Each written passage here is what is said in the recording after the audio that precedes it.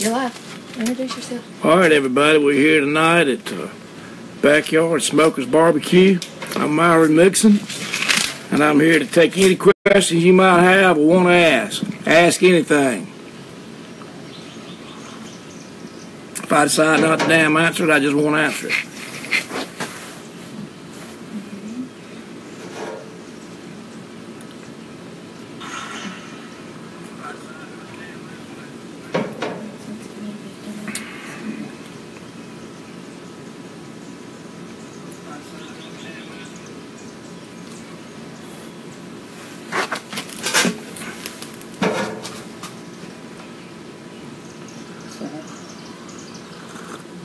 Somebody said, hey, John.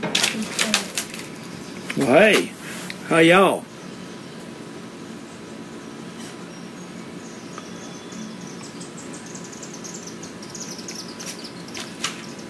Glad to be there. I'll be here. I'm at my house up here in Gatlinburg, Tennessee for Memorial Day weekend. Not down in Unadilla with all the gnats. How did you get your start? I got my started out with my dad at his takeout barbecue business. I was 9 years old, and I really wasn't being trained to be a pit master. I was just free labor from my dad, me and my brother Tracy both. And as time went on, begrudgingly, I guess, I learned how to do some cooking and figured out some things, and it all started with my dad teaching me.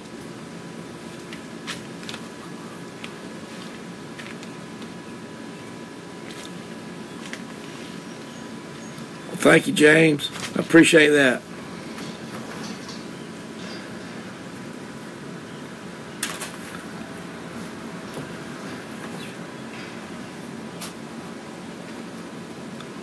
What I like to drink, besides Cabo tequila, is I like to drink one of the top Canadian whiskeys out there. That's all I'll say.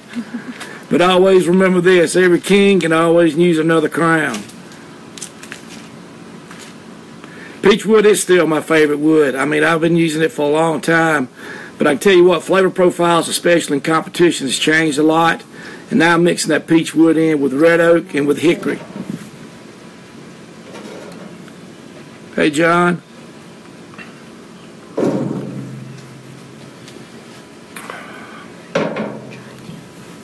Best method for tri-tip is going to be hot and fast. You want to take it to an internal temp, somewhere around about 135 degrees, no more. Slice it really thin because you're really cooking it like a steak, so you don't want that to get overcooked. You're not going to ever cook it to doneness and tenderness falling apart. That's not what you're after anyway. You want it to be a very thin cut, so slice it really easy. Beef ribs. Beef ribs. Beef ribs, the biggest mistake everybody makes on those is not getting them tender. I like to put smoke on them for about 2 hours. Then I like to pan them. I like to use pans instead of wrapping. I put them on racks in the pans where it picks it up above any juice or anything I might put in the pan.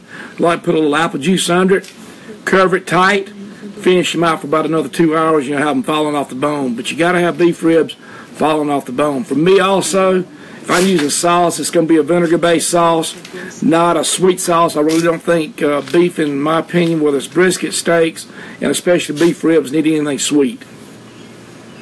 Justin asked about best method for brisket. So this is the cookie's first one. Best method for brisket. If you're fixing to do your first brisket, and who was that? Justin. Justin? What I would do, I like to cook it hot and fast. Let's just say, I don't know what size your brisket is, but for me, anything from a 13 to a 20-pound brisket, that's with the point and the flat. I like to cook it at 300 degrees out in the smoke. Then I come in after 2 hours, I'll pan it, and I'll cook it at 300 degrees until the internal temperature at the point up there, what looks like a point, which is the decal, gets to 205 degrees. Leave it in the pan, covered. Take your old moving blanket, old sleeping bag, slide it in it, let it rest for 2 hours. 4 hours is better. Then bring it out. You get tender slices. It's going to be really moist. How long do you rest a hog before serving? From Nick Allen. Nick, for me, when I'm doing competitions for whole hogs, I like to let them rest at least 2 hours. 4 hours is a lot better, just like we just talked about with the brisket. But at least 2 hours to let that juice start sucking back into the hog. when you're rendering, which is cooking, you're pushing out juice, you're pushing out blood, gristle, fat. When you let it rest, in other words, you drop that temperature down, you're letting all those flavors start sucking back into the meat itself. So 2 to 4 hours, you'll be jam on. Baby back ribs for Adam. Baby back ribs for Adam. How to cook them? Any tips? For me, on baby back ribs, the key to them is not cooking them too hot. And I'm the big guy right here that loves hot and fast, but I still like, for me, 250 degrees to 275, which is low for me, is where I like to be on baby backs. But also, baby backs to me needs a little sweetness to them because everybody expects ribs to be a little sweet. And a spritz that I like to use is made up of apple juice, white sugar, imitation butter. So that'll be the spritz that I will use every 30 minutes after I let that rub set for the first hour. All right, do I marinate my ribs? Yes, I do sometimes. I used to do it all the time in competition. Every now and then I still go back to that original recipe in my first cookbook, Smoking with Myron Mixon. Okay. And Russell wants to know, you're going to be in D.C. I will be in D.C. at the Giant Barbecue Battle. Matter of fact, I'll get up there on Tuesday. We got a restaurant there now over in Old Town Alexandria. Myron Mixon Pitmaster Barbecue. I'll be doing some things over there. We're doing a whole hog night on Wednesday. But yes, I'll be back in D.C. Great contest. Somebody wants to know, will you be at Barbecue Fest in Connecticut? You will not. I will be at the Mohegan Sun next weekend. For the, I will not be competing, but I'll be there doing an appearance.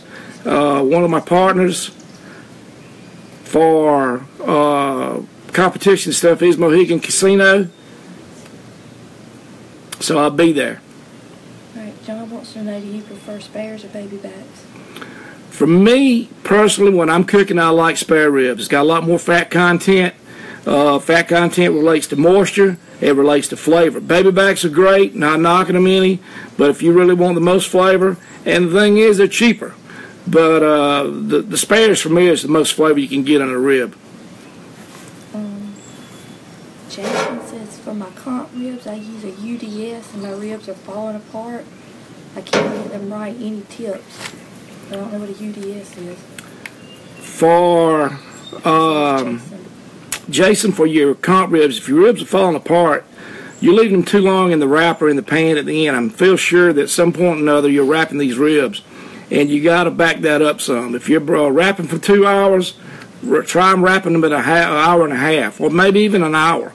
For me, using my water cookers, the H2Os, the Myron Mixon smokers, it doesn't take me but 3 hours, really like 2 hours and 45 minutes to cook ribs. We don't even leave them pan but about 30 to 45 minutes because there's so much moisture already in the cook chamber.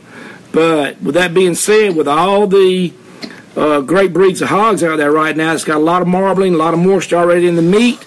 You're not having to do the cook times that we once did. The 4-hour rib, to me, I think is done with. I think we're more in the 2.5 to 3 hour range now on ribs.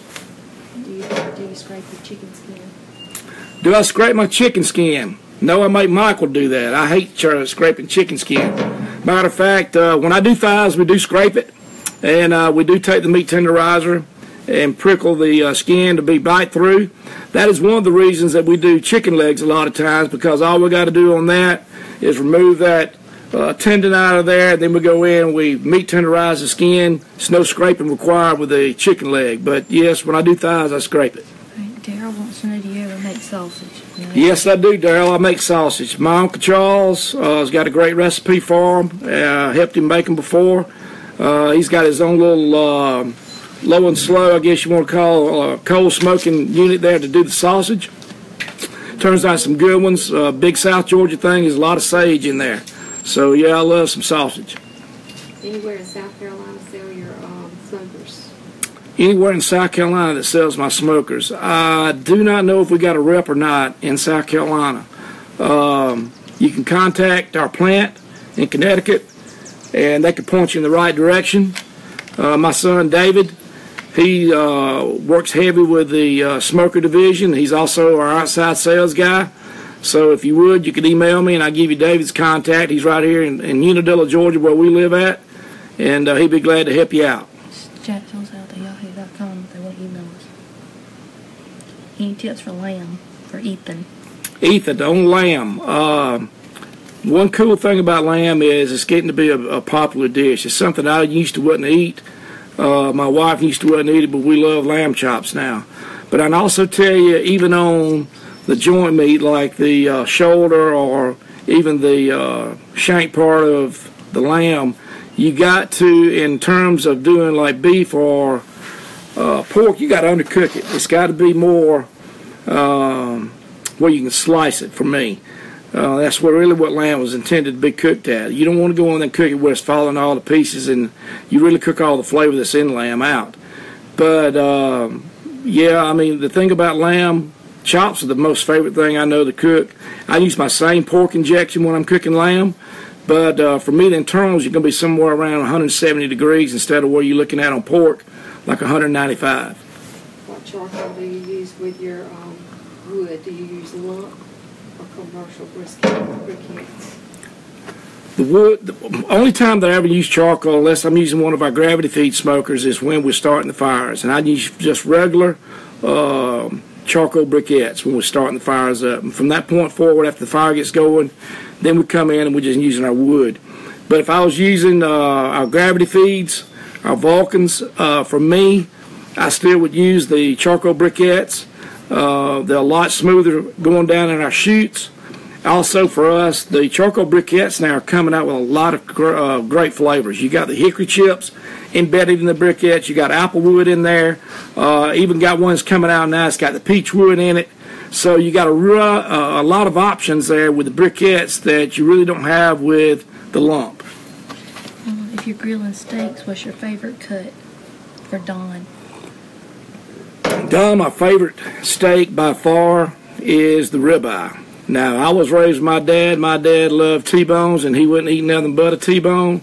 But for me, I like that fattiness that's inside, the marbleness inside of a great ribeye. Favorite cut. What temp do you like steak? I like to have my steak medium rare. That's going to be somewhere around the 130, 140 range. I could eat it rare, especially after a few cocktails. But for me, I like that medium rare steak. Do you debone your chicken thighs? When I'm doing chicken thighs, the only time I debone them is when I'm doing my cupcake chicken. I will take the bone all the way out for the cupcake chicken. But when I'm doing with skin on thighs, the bone stays in. Mitch, when cooking brisket, do you cook it fat side up or down? Mitch, I always cook fat cavity or the fat side down all the time on brisket. I do that on pork butts also. For me, my heat on my smokers comes from the bottom, and that fat cap helps protect what I care about, which is going to be on the top, where I get my slices from. I'm not one of those that believes in fairy tales. I don't believe in the Easter Bunny and flipping them upside down. Let me go ahead and tell you, 2 inches of fat cap on a brisket ain't going to soak through the middle of that brisket. I don't care who says that. It ain't happening. Do you use foil or butcher paper for wrapping? Do I do what now? Foil or butcher paper? I'd use foil for me in competitions when I'm wrapping up briskets or butts in our restaurant in Alexandria, and also the one in our restaurant in Chicago. We wrap in butcher paper. One thing is it basically does the same job, a lot cheaper, and it also lets it still absorb some smoke while it's sitting there holding. So something you really need for restaurant barbecue. For Nate, how do you cook hot and fast and still get tenderness? Nate, for me, cooking hot and fast and still keeping the tender has always been easy because I've always used water cookers. Water cookers, and I'm not sitting here plugging smokers. I'm not the only builder of water cookers. But water cookers or water pan systems like we cook on, they keep moisture inside the cook chamber the whole period of time. I mean, you got moisture all the way through. Well, when a piece of meat starts rendering out and getting to a state of doneness, it's throwing out moisture. But if you got moisture already in the cook chamber, it retains X amount of that more than it would in a dry heat cooker. So you wind up with moist meat the whole period of time. But for me on beef, when I first decided I was going to cook hot and fast on a brisket, I thought about a brisket. I said, well, how do you cook a steak? Well, you sear it off hot and fast because you want to keep what inside of it, the juices. So that's why I went in there at 300, 350 degrees, hot and fast on that brisket, and basically like seared off the juices inside that brisket. That was my first experience doing brisket hot and fast. What's the craziest thing you've ever smoked from Nick? The craziest thing I've ever smoked from Nick probably was one time again in my younger days when we done got too heavy into I think my daddy's homemade muscadine wine. Was we took a raccoon somebody had shot and we barbecued it. And don't ask me what it tastes like. I couldn't told you then because I don't even really remember it getting done. For Adam, what temp do you cook your chicken at for comps? Adam, for me, cooking chicken at comps, I like to go in about 185 degrees. And I only cook dark meat for comps, whether it's thighs or whether it's legs. And I know chicken is done, dark meat is at 180, but I like to take it over a little bit. Plus, we're going to be cooking in butter when we're cooking this chicken, whether it's either in our cupcake molds or I'm cooking the pieces out individual like the legs or the regular thighs. And taking it over to 185, they're still going to be moist and they're going to have a real clean bite. For Philip, what are the advantages of your water pan technology? Philip, the advantages of the water pan technology, I just mentioned that in a prior question, is you're cooking with moisture, you're cooking with steam. And in our water cookers, the pans there got the water steaming, boiling away because wood gets put in under the pan in the firebox. But you got vents on either side of the pan that allows the smoke to come up from the wood. So you're doing two things at one time. You're tenderizing the meat while you're barbecuing, but you're also adding smoke. So you can't get no better than that. Tender barbecue, you know, give me a break. You got to have that every time. Other than barbecue, what's your favorite meal from Colby? Other than barbecue, what's my favorite meal? Anybody that knows me, that's fried chicken. Anytime I'm in a big city or small town when I'm doing all my traveling, I try to find where the locals go eat fried chicken. I mean, I love it. What was your first smoker? My first smoker I ever had was a 55-gallon barrel that a good friend of my daddy had built and gave to him to cook him a ham on for a crew. He didn't want to cook it on my daddy's pit. He wanted to cook it on his. So he brought a 55-gallon barrel over there for Daddy to cook his ham on, but Daddy just gave me the smoke and still cooked his ham on his masonry pits. What's the secret to having a clean bite on chicken skin from Chris? Secret to having a clean bite on chicken skin. One thing is, you got to try to cook as much fat out from under that skin as you possibly can. But in competition, if you're going to get in there and really make it bite through, you got to get that skin almost transparent. You got to scrape that skin out.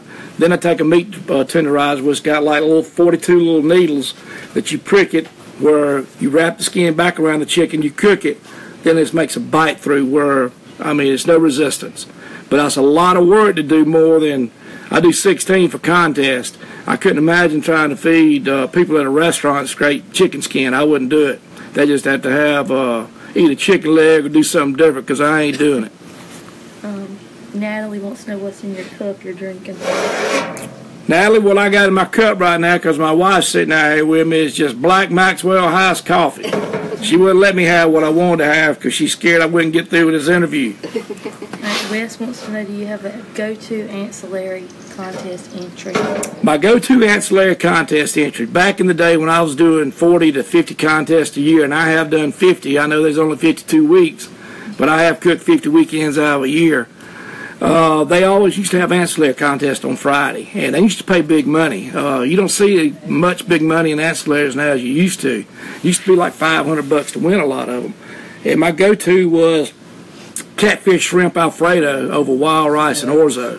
That was my go-to deal. It's an awesome recipe. The Royal. Yes, I will be at the Royal. And he wants to know, do you inject brisket? I do inject brisket. That recipe is also in my first book, Smoking with Myron Mixon. I do some little tweaking now that we do a little bit different now in my cook classes that I teach. But it's basically like the recipe in the book. Somebody wants to know, did you ever spank Michael's ass when he was a child because he seems like a handful? Did I ever damn beat Michael's ass as a child? Yes, I did whenever I could get my hands on him. Michael has been a handful, as I think somebody's done said, since he's been growing up. And he's getting a little bit better now. He listens to his dad, and plus now, they can't get me for child abuse. I just knock his ass out if I need to. Brian wants to know, do you ever do classes in Florida?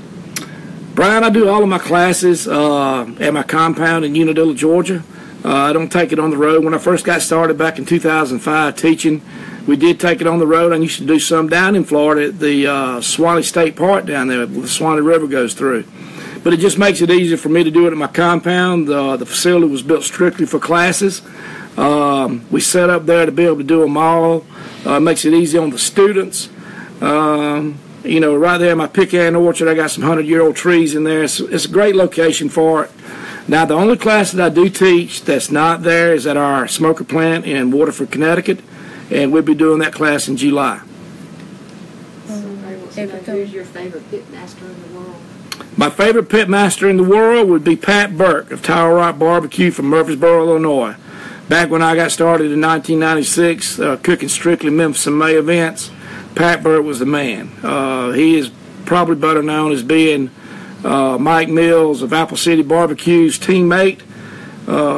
He was just as important in that team as Mike Mills was.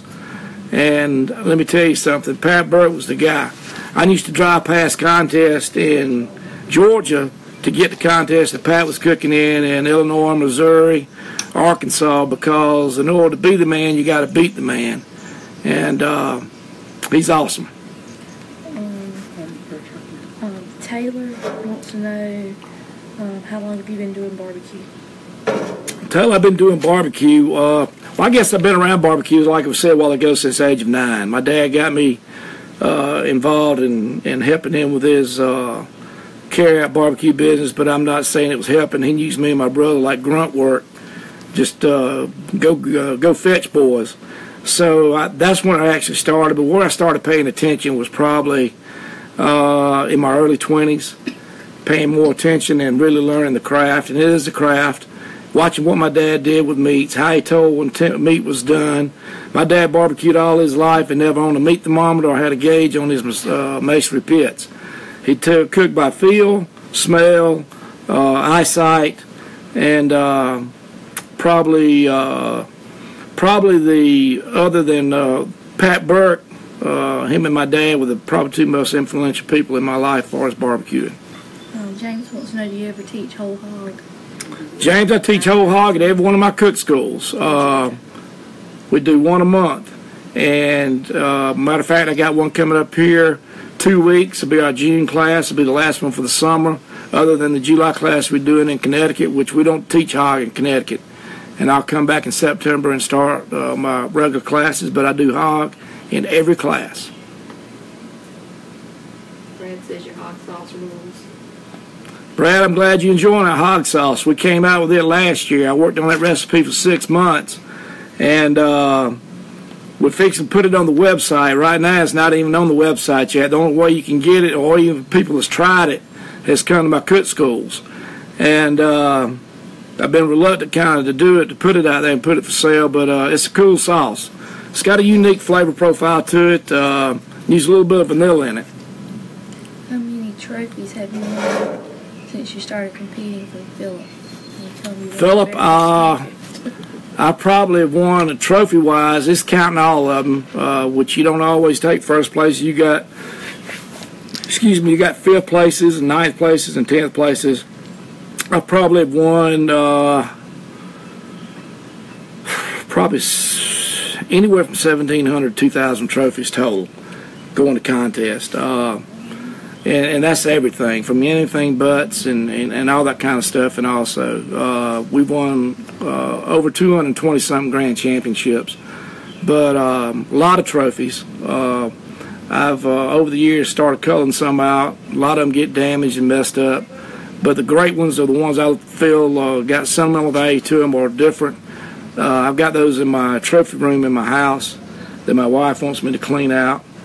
You notice how wise I always want you to, guys, want you to get rid of all the stuff that means something to you, but you go in their closet and want to throw some damn shoes away, then you catch hell. Brian wants to know, are you a dry rub man or a big sauce man? Brian, I'm both, as far as whether I'm a dry rub man or a big sauce guy. For me, I mentioned the spritz recipe a while ago that we use with apple juice, white sugar, and imitation butter. When I get through putting that spritz on just the dry rub ribs, that's all I need. And it's like water when it goes on there, so it's not like a sauce. But for me, good sauces like the hog sauce we talked about a while ago, applied very thinly, is awesome too. But at our restaurants, they come out dry, with only our spritz on them, and we let you add the sauces to them. For me at home, all I need is just that dry rib, my vinegar sauce sitting on the table, and I'm good. Anthony, you need to just tell him, he wants to know, do you ever come to California for classes? And you say, Anthony, I appreciate you asking about, do I come for classes out there to do classes in California? I try to do them there at my home. It makes it a lot easier for me. When it's easier for me and my guys, the black shirts, to put on a class, it makes a better class for everybody that participates. I'd love to have you come to Georgia with me. We've got some classes coming up in the fall. But no, I don't travel much doing classes. Bob wants to know, do you trim the fat cap on brisket or leave it? Bob, I trim the fat cap on brisket, but I trim it down to about like 3/8 of an inch down on the part that I leave over the flat. Now I trim all the fat cap off where the point's at, because I'm going to make my burnt ends out of that. Wes wants to know if you have a bucket list for your barbecue contest or your barbecue roll. My bucket list for barbecue for me, it will not be going to barbecue restaurants. I can tell you that. I don't go to barbecue restaurants. I've been around barbecue all of my life. The only restaurants I go to are mine. It's nothing against anybody that's got great barbecue restaurants, and there's a lot of great ones out there. I just don't do that. As far as a bucket list of barbecue, I would like to get out and do some contests in California. I would love to go and do the Frisco contest in Colorado. I like to go and do a contest in Alaska just to say I've done it. I like to do some in Canada. I've never got to do that yet. But my problem isn't being able to get there and go. The problem is time. And my wife says I like to win the Royal and the Jack Daniels because that's two I've never won.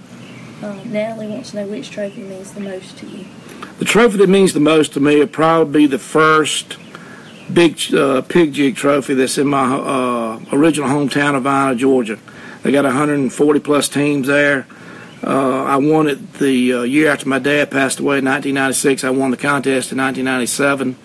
And I've won a lot of great accolades, and it's taken nothing away from those other contests, including the World Championship 4 times. But winning that trophy after my dad passed, that was in my hometown. That was a big moment.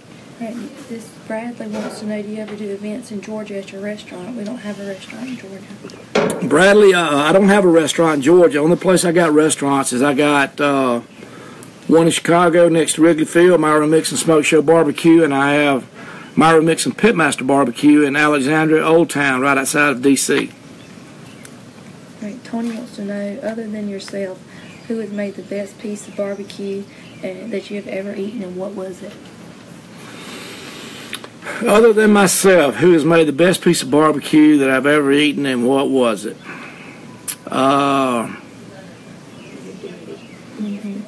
Everybody, the easy out for me to be able to say my dad, and that would be true probably. But other than anybody in my family, I will tell you this. Probably one of the, and I'm going to talk about a restaurant here. There's a restaurant that's been in business since 1927 in Macon, Georgia, called Fincher's Barbecue. And they cook it old school like my dad cooked it, and shoveling the coals under it. And on Tuesdays, you can go up there and get the cracklings that they serve in a bag along with your meal. And my daddy used to take us up there every now and then when we was little, and you get the big pig sandwich, a bag of cracklings, and them little old half-pint chocolate milk from Cherokee Dairy back in the day. And that won't mean nothing to most of y'all, but I was less than 12 years old when he did it. Even though we had a takeout barbecue business, we'd go up there, still in business, and if nothing else, for sentimental reasons, that's probably the best piece of barbecue other than somebody in my family's ever cooked. What size whole hog do you like to cook, and do you lay it on its back or its belly? When I'm cooking whole hog, I always lay it on the back, and that's the way I cook it the whole period of time, never flipping it. Only time I flip hogs is when we're doing the old school on my masonry pits. I teach that class once a year where you got to flip it because you're cooking with direct heat. But when I'm cooking my regular hog, it's always on the back. I use the skin like a bowl to hold all the natural flavor that's rendering out stays inside that cavity. I don't lose any of that. If you flipped him on his stomach, and if you've injected and done all that stuff to him, when he starts rendering, guess what? It's going to push it all out. So I'm not telling you this is the best looking hog, but it'll be the best tasting hog there is. Go to rub for tri-tip from Bob. Do what now? Go to rub for a tri-tip. His name is Bob. Go to rub for tri-tip. For me, because I don't like anything sweet, it would be for me my original rub. If you wanted to buy a rub. But if I was going to do something quick at home, I'd take equal parts of salt, chili powder, black pepper, a little cayenne, maybe a little garlic, and I'd whisk it together and go on the outside. But the first thing I would do before I applied that rub, take me a little cooking oil, put it all the way around it, then pat my rub in. A couple things that's going to do, the cooking oil is going to help that rub adhere, but it's also going to help it start charring up and give you a good crust on it, because you're going to be cooking that damn tri-tip hot and fast. Right, James wants to know, how many comps did you cook before you won your first grand? James, I cooked. My first contest I ever went to was in June of 1996. My dad passed away in January of 1996, and I took 2 first place and a 3rd place at that contest. And my 3rd contest I went to, I granded. Why have you not put a restaurant in your hometown? Never done that. Question: why haven't I put a restaurant in my hometown? Who asked that question? Don. Don? Mm-hmm. Don, because I don't want to be a broke ass. Did that back in 2001. Opened one up right before I won my first world championship in Memphis. It didn't lose money, but it didn't make no money, because the hometown wasn't but 1,500 people. Ain't but 10,000 people in my old county. And if everybody ate with you once, you still ain't gonna make enough money to make it happen. But it was fun doing it. Had a lot of great memories there. But to be able to make money in the restaurant business, you got to be where there's warm bodies. In other words, a lot of people, somewhere like D.C., like Chicago, and you got to have it somewhere that's still unique. Barbecue ain't unique south of the Mason-Dixon line. You got to be able to charge for it to be able to make money. And I know a lot of times people give me, I say, a bad rap. They say, oh, I done sold out because I want to make money. Hell, I think everybody wants to make money. And but you got to put restaurants where you can make some money out of them. You don't want to sit there and just swap money. Mike wants to know, what's the best way to get through the stall when you're doing pork butts? Mike, whenever you got a stall going on pork butts, there ain't but one way to get through it. You got to jack that heat up. And that's somewhere between 300 and 350 degrees. And most of the time this happens somewhere around 168, 172 degrees internal temp. And why it happens, I don't know. There's been a lot of discussion about why it happens, but I can tell you how to get through it. You jack that heat up there around 300 to 350 degrees, it'll push it right on through it, get that butt done, and move on to something else. Somebody wants to know, you're going to be on TV anytime soon? We got, I'm doing the barbecue show that me and Michael, my son Michael does, Barbecue Rules. We start filming him here very shortly. And I'll be on Fox and Friends Monday morning for Memorial Day. We're doing something with them. And we're working on some concepts right now for Food Network, pitching them out there. Michael also, he's had his first pilot where he was hosting on his food truck deal. I think he done pretty good with that. So, yeah, I'm judging on Chop coming up here shortly. June the 15th, I just was on the Steve Harvey show. And it'll air June the 15th. I always love going on there with Steve Harvey because he's crazy as hell like me. Wrap ribs or don't? I do wrap ribs. I like to wrap ribs. Reason for that, after I get the color set like I want it, I cook more by color than I do by actual getting worried about smoke flavor getting in there. But when the color gets set and I get a good mahogany color on my ribs, I like to wrap them. Protect that color. You want it to look as good as it tastes. Any tips for this guy who's supposed to do his first rib competition in North Carolina, Josh? Josh, your first rib competition is coming up. I'm going to tell you how I cook mine. I'm cooking to 275 degrees on my ribs, whether it's baby backs or spares. You got your rub on there. That first hour, I don't do anything to them but let that rub set. I'm not doing any spritzing, anything like that. If you spritz right off the bat, guess what? You're going to rinse off your rubs. I let that rub set after the first hour. I come in there with my spritz. Every 15 minutes on that second hour, I spritz. After 2 hours out, then I come in there and put them in the pan, let them tender up. That generally takes me about anywhere from 30 to 45 minutes. Whatever how long it takes you, that's what you got to do. Then once I get them to tenderness, I bring them out. I glaze the sauce I like. I always heat my sauces up first. Never put cold sauce on hot meat. Plus it thins it out. Then you paintbrush it on, let the sauce set for 8 minutes. If you overset that sauce is going to stick behind your teeth, and you don't want that. Bill wants to know what is a good rub for chicken. Bill, what is a good rub for chicken? That would be Myron Mixon's Honey Money Cluck Rub. That will be that. It's got honey powder in it. I feel like chicken needs a little sweetness, a little different sweetness than just sugars. But that's my go-to rub when I'm doing any of my chickens or my turkeys. And you can get all that at jacksouthsouth.com. Josh wants to know if you ever tried using sand instead of water in the water pan?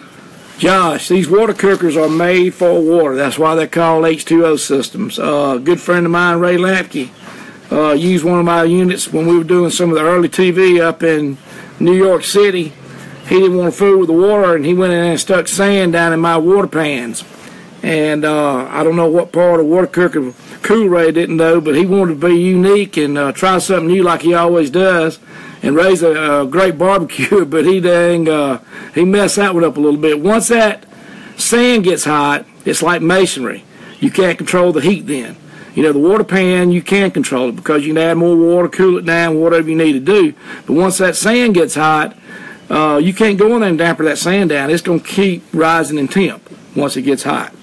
So don't put sand in a water pan. You can put fruit juice, you can put broth in a pan, you can put water in a pan. Do not put sand in your water pan. Hey, Brian says, if I go to your restaurant, what would you recommend ordering? Brian, if you went to either one of my restaurants, I would recommend for sure appetizers, the burnt ends. We do great burnt ends there. Also, I would recommend the ribs are good.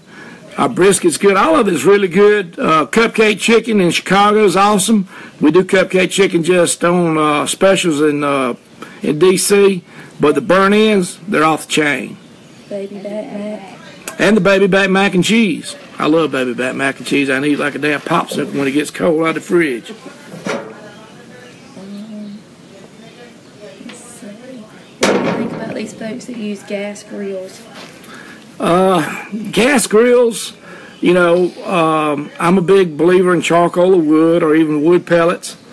But you cook what you got with. And the thing is, gas grills, 10 years ago, I'd have been all down on them. But I understand now that people have to do what they got to do. And most gas grills now have more than one bank. In other words, they got more than one burner.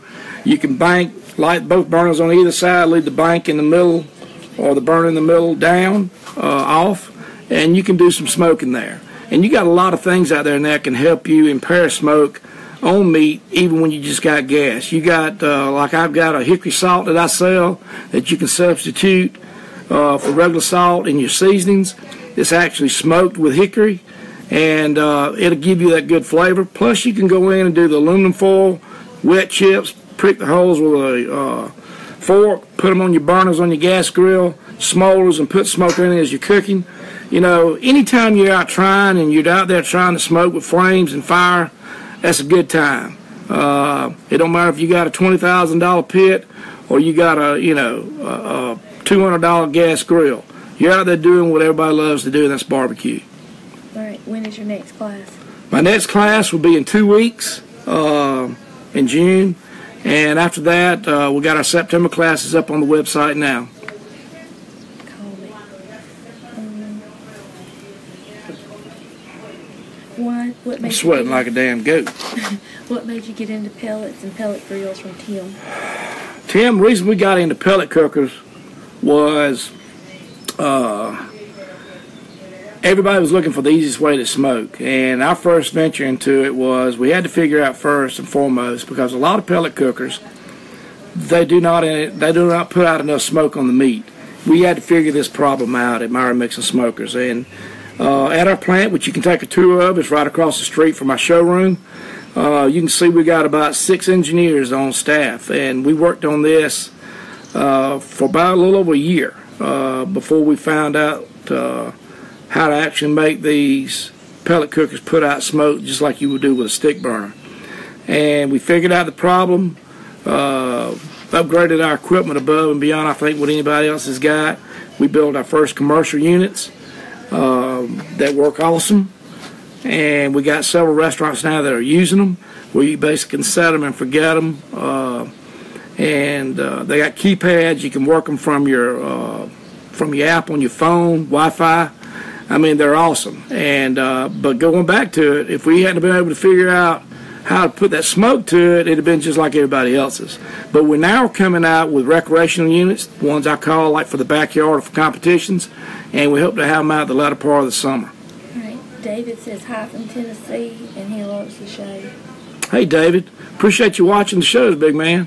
Keep it out. We're going to be doing barbecue rules, and if we can get Food Network to swing our way on something, we'll be doing something else the latter part of the summer.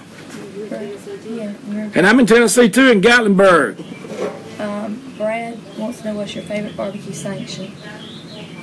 Brad, my favorite barbecue sanction, and I got a lot of them. I cook it all.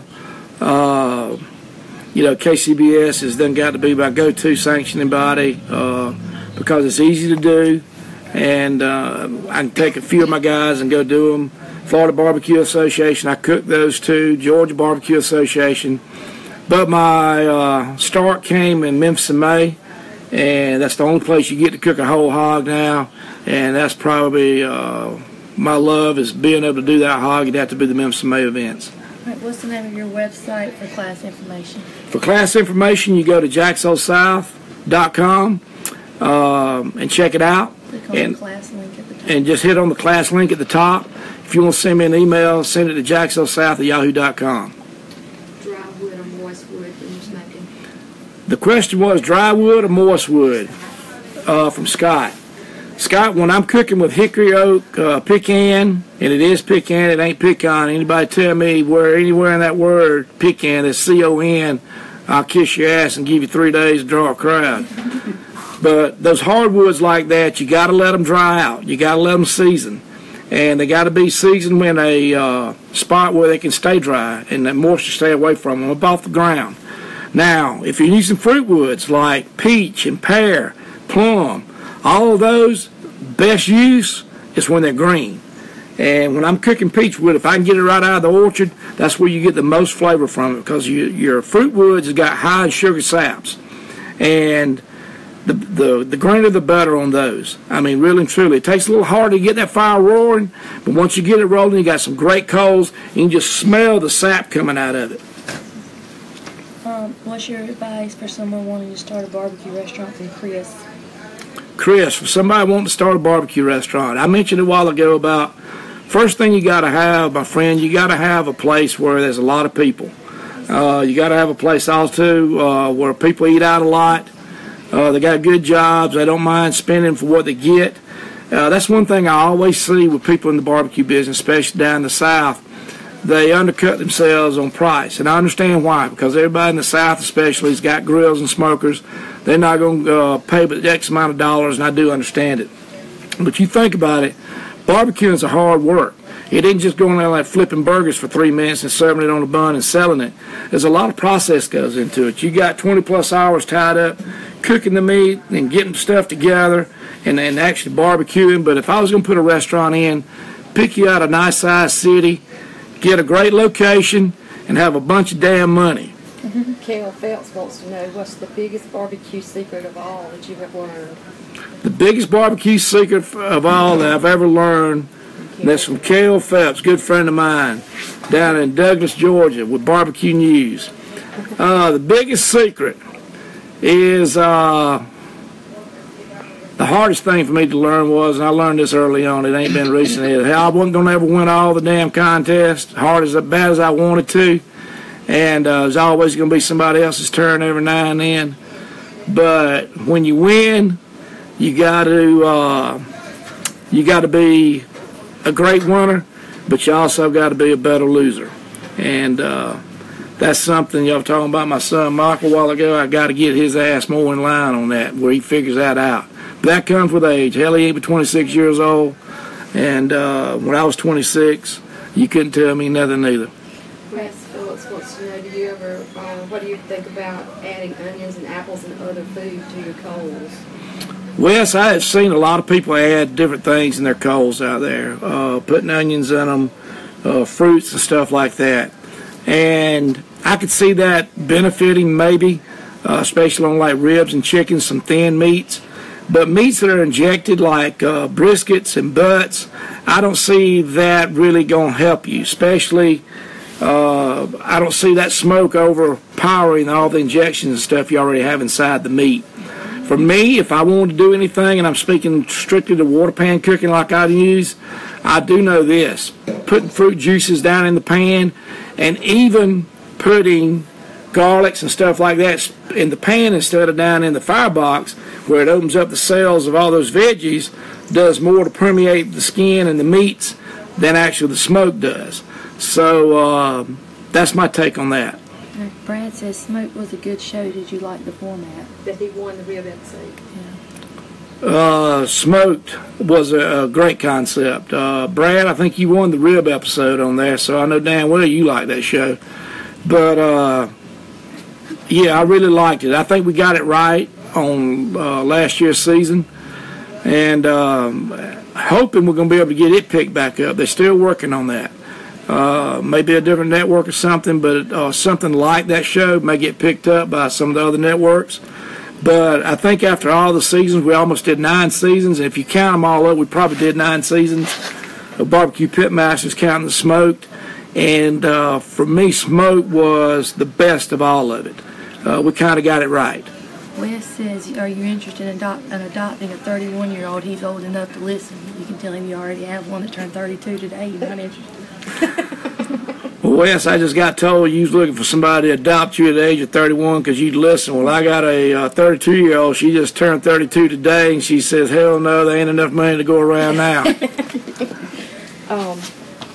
John wants to know if you could give one tip to a new barbecue person, what would that be?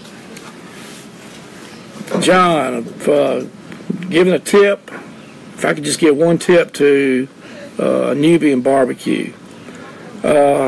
I can't give you just one, but I can tell you some things, and then make it quick. First thing is, whatever type smoker you got, you jump out there, you learn that smoker, you run it in and out, you learn how it operates in good weather, bad weather, wind, rain, whatever it'll do, you learn how to operate that smoker. Just don't go out there every now and then and expect to be great at it. You got to learn it. Second thing is, pay attention to the recipes. And also, there's a lot of knowledge out there. There's a lot of knowledge out there. Whether you go to a cook school or not, on the internet, there's some great things out there, and also some great cookbooks. Now, like anything else, you got to wade through them, and you got to pick out the good from the bad, because there's some bad stuff too. But pay attention to all those things. And you know, I know you expected me to give you this do all sauce or do all rub, but first thing you got to do is become a good pit master. And that comes from being able to manage your pit, and that comes from you having the basic skills to be able to be a good pit master. Greg wants to know, how do you keep your chicken from drying out? Greg, want to know how I keep my chicken from drying out. First thing is, I like to do a brine on everything I cook as far as poultry. And the salt is going to draw not only flavor down in and around the bone, but it draws moisture down in and around the bone. And anytime I cook chicken, I always brine it. But the easiest thing to do to keep it from drying out is don't overcook it. You know, always remember you're going to have some carryover. And if you got dark meat, always pull it somewhere around 180. Carries up to 185, you're great. Same thing with white meat. It used to be 165 was what health departments required you to cook internal on breast meat. Now it's 160. I like to stop mine and pull it about 155 and let it carry over. That keeps that moisture in that white meat. But I'm telling you, you need to do brine on all your chicken. Keeps moisture in it. Puts flavor in it too. Angelo wants to know your favorite wood or woods or flavors. Angelo, my favorite wood by far is peach wood. It's getting harder to find even down in South Georgia where I live, where the peaches are grown in Georgia. My go-to after that, in order, is going to be red oak. My dad loved red oak. Next going to be hickory, and the next will be pecan. Steve wants to know your favorite fish or seafood to smoke. Steve, my favorite seafood to smoke, and the process for me smoking seafood is the same thing, or fish out of the sea, same thing if I did freshwater. While I was doing catfish, you know, of course everybody loves flounder, everybody loves snapper, but for me, and I don't know how many of y'all like know what it is, but I like mullet. I love to smoke mullet. It's off the chain, little butter, little onions in the final dish, a little bit of salt and pepper on it. Just scoop it out with a spoon, have some cheese grits over there, some hush puppies. Damn it, man. Do you prefer gravity-fed smokers over other styles? Have you already answered that? The what now? Gravity smoke. Do you prefer gravity smokers over others? The gravity smokers that we come out with and others that come out with, they do a good job now. You know, the ones we're building now are high quality. I enjoy cooking with them. We even got a gravity feed hog cooker, especially if you're a one-man or one-woman operation. It makes it really easy, just like the pellet cookers do. You don't have to man the fires and sit out there and make sure everything's going with it like we do with the stick burners. But, yeah, you can get some good products out of that. We talked about the charcoal a while ago now. A lot of it's infused with all the wood chips. So nothing wrong in the world with a gravity feed smoker. All right. Nick says he just started a barbecue catering service and wants to know if you have any tips. Barbecue catering service. From Nick, any tips? I can tell you this, Nick, on the catering service is going to be about how well you learn how to hold this meat. How well you go out, and once it's done, you know, there's a lot of restaurants, a lot of catering services, they figure out how to turn out great product, but then you got to hold it. In your case, you got to be able to hold it and be able to serve it later, whether it's an hour later or maybe it's a 4-hour drive to wherever you got to go, and you got to be able to hold that product. Same way with, on the line at a restaurant, it's the holding part of it you got to figure out. And there's a lot of little tips and stuff out there on how to do that. Matter of fact, we discussed some of those in classes because, you know, whether my class, I do cover competition barbecue, but I have gotten to where I cover a lot of things for people that's in the restaurant business or wanting to get in or change their flavor profile for the restaurants. We discuss a lot of those things, and one of the things we discuss is how to hold that product and where it's great when you serve it up eventually. And that's a big thing, and you got to learn how to do that. James wants to know if there are warranty on MMS smokers and any by replacement parts. James, there is a warranty on MMS smokers, and it really all determines on whether what kind of damage or anything you've had with it. We are the go-to people. I think we got the best warranty of anybody in the world. As far as smokers go, we have even sent people from our plant in Connecticut to the people that actually have our smokers to finally get a problem worked out on them. And we do have replacement parts for them. In the past, we have shipped them back to our plant where it wound up being something we done, repaired them, and shipped them back. We stand behind our stuff, and everything that we build at Myron Mixon Smokers is made in the US of A by Americans. So, can't get no better than that. Mike says, do you have any tips for ribs for KCBS because the judges are killing him? Tips for anybody doing KCBS because the judges are killing you. One thing I've learned, you got to cover all your bases, and I like to take a spare rib. We doing a St. Louis spare. It's like 3.5s, and that means the slabs weigh 3.5 pounds, which is a big meaty rib, thick.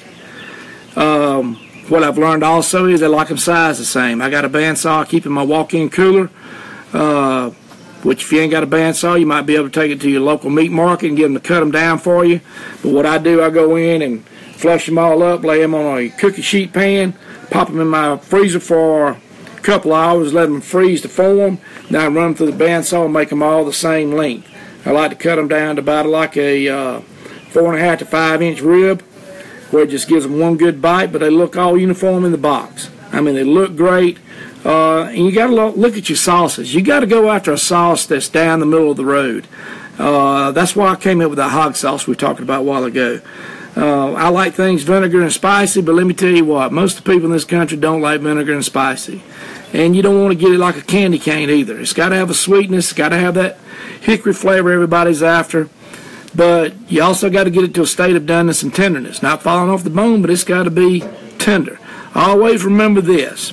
Overcooked beats undercooked every time. But you got to cover all those things. Make them all uniform looking, get a good sauce, and make sure you got it to the right doneness. All right, what's your best smoker for backyard use from Philip? Your best smoker.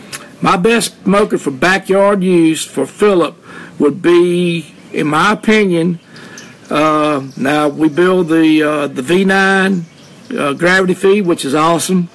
We're building some smaller pellet cookers now for the backyard. For me, because that's what I was raised on doing in competition, would be our 36 water cooker, our H2O 36.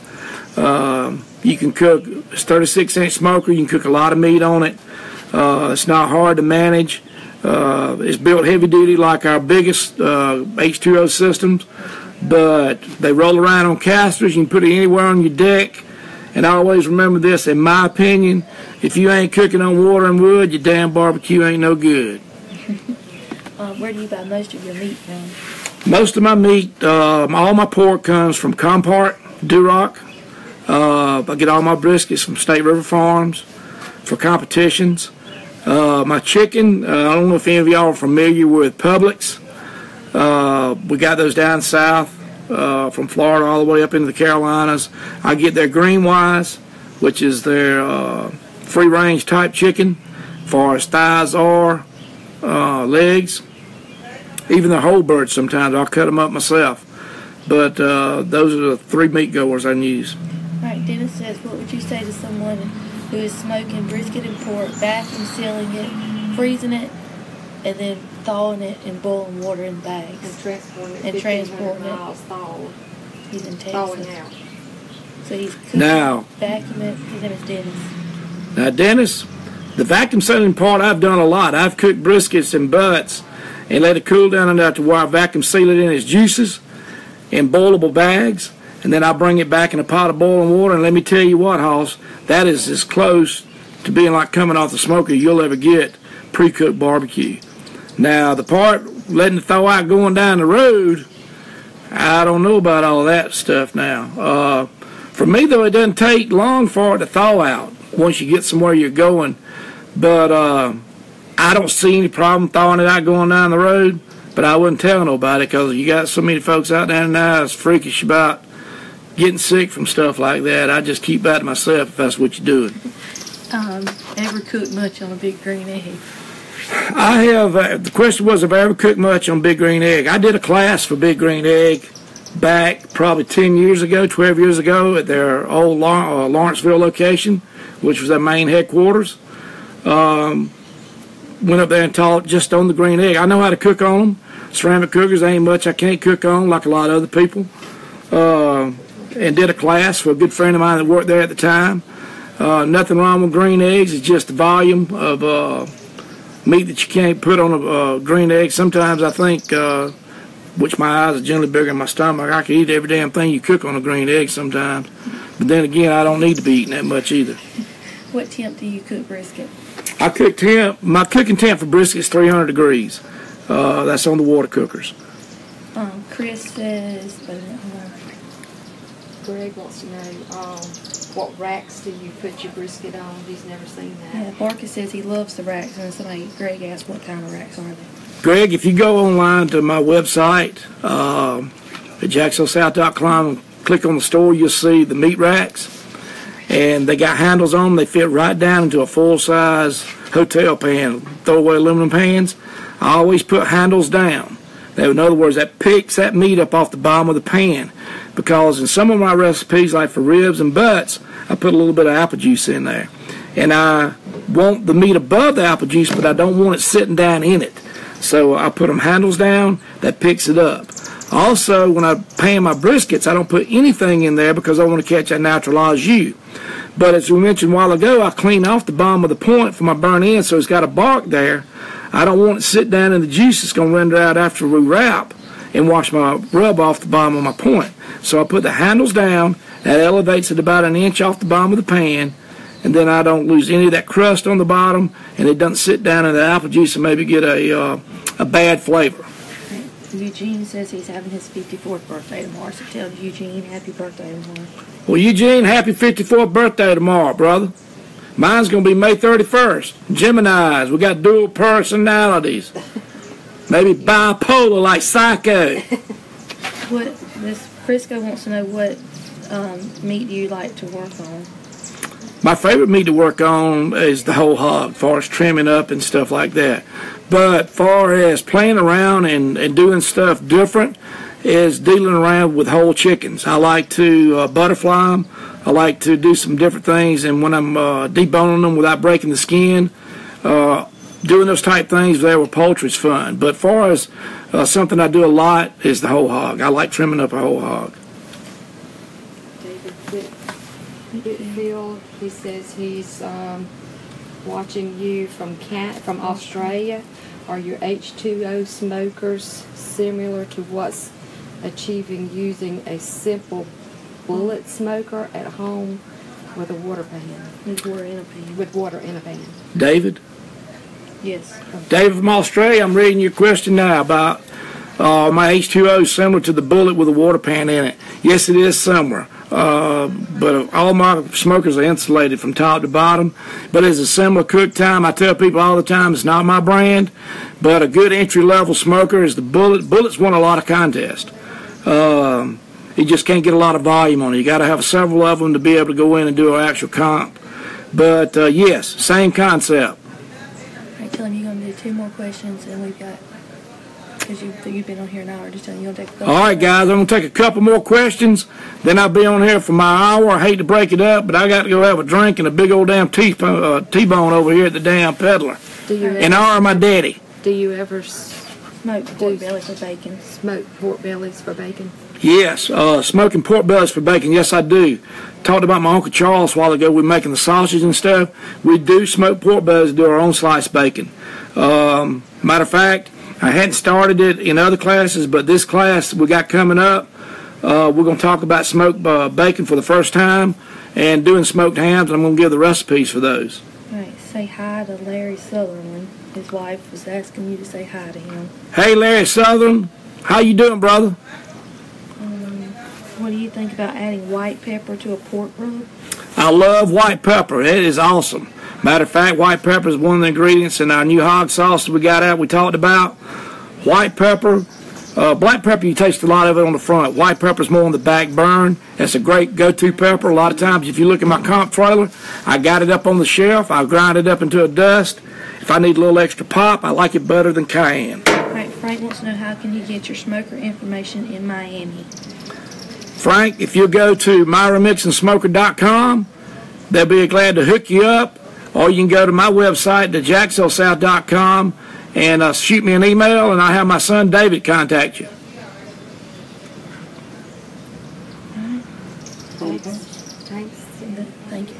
Thank y'all for tuning in. Well, guys, I'm glad y'all allowed me to come on here and talk to you a little while. Always remember, everything's good in the barbecue hood. See y'all later down the road.